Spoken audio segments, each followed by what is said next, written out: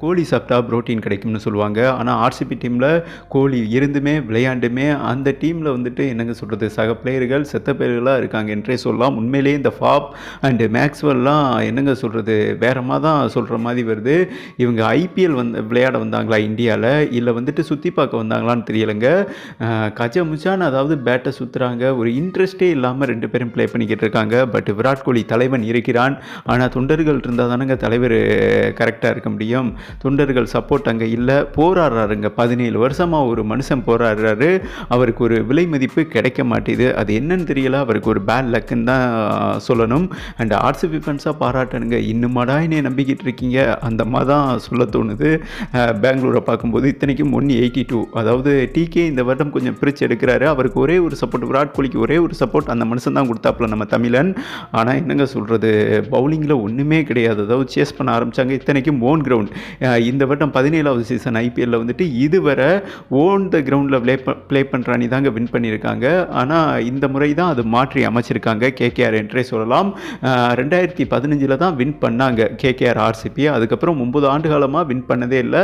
அந்த மோசமான சாதனை தொடர்கிறது என்றே சொல்லலாங்க. ரொம்ப வருத்தமாக இருக்குது. அதாவது பிளே ஆஃபை விட்டு கிட்டத்தட்ட ஆர்சிபி நவத்தி விட்டுருக்காங்க என்றே சொல்லாங்க. காரணம் என்னென்னா ரன் ரேட் பார்த்திங்கன்னா தாறுமாறாக குறைந்து விட்டது என்றே சொல்லலாம்.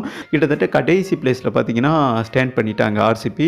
இவங்க கேகேஆர் அவங்கள தள்ளி விட்டாங்க என்றே சொல்லலாம்.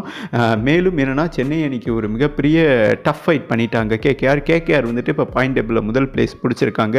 அண்டு செகண்ட் பிளேஸ் இவங்க வந்துட்டாங்க. ஏன்னா குறைந்த ஓவரில் பார்த்தீங்கன்னா 182 ரன்னை சேஸ் பண்ணியிருக்காங்கன்னா நினச்சி பாருங்கள். உப்பு 30 விக்ரம் படத்தில் நடித்த நரைன்லாம் நடிக்க தானுங்க தெரியும். ஆனால் அவர் அடிக்கிறாரு. அவரை வந்துட்டு 47 ரன் அடிக்க விட்டுருக்காங்கன்னா நினச்சி பாருங்கள். ஆர்சிபி பவுலர்ஸோட லட்சணம் ஒன்றுமே பண்ண முடியாது. வெங்கடேஷ் ஐயர்லாம் பல வருஷமாக அவுட் ஆஃப் ஃபார்மில் இருந்தார்.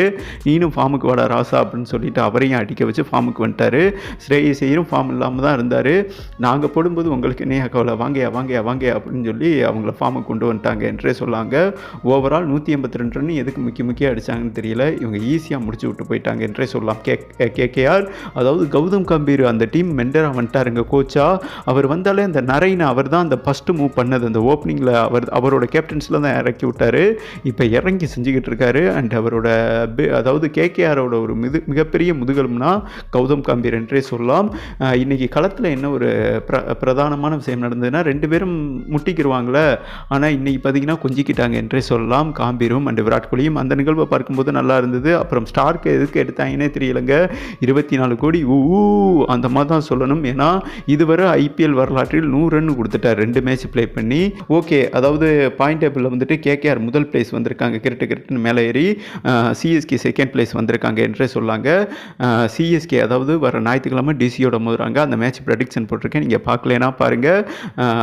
டிசியை வின் பண்ணி கேகேஆரை ஓவர்டேக் பண்ணி முதல் பிளேஸ் வருவாங்களா? அண்ட் சேம் டைம் ஆர்சிபி ரொம்ப கிரிட்டிக்கல் ஸ்டேஜுக்கு வந்துட்டாங்க. கடைசி பிளேஸில் அவங்களால பிளே ஆஃப் வர முடியுமா, இல்லை வந்துட்டு டனக்கா தானே கருத்தை பதிவு பண்ணுங்கன்னு சொல்லிட்டு வீடியோவை கம்ப்ளீட் பண்ணுறேங்க.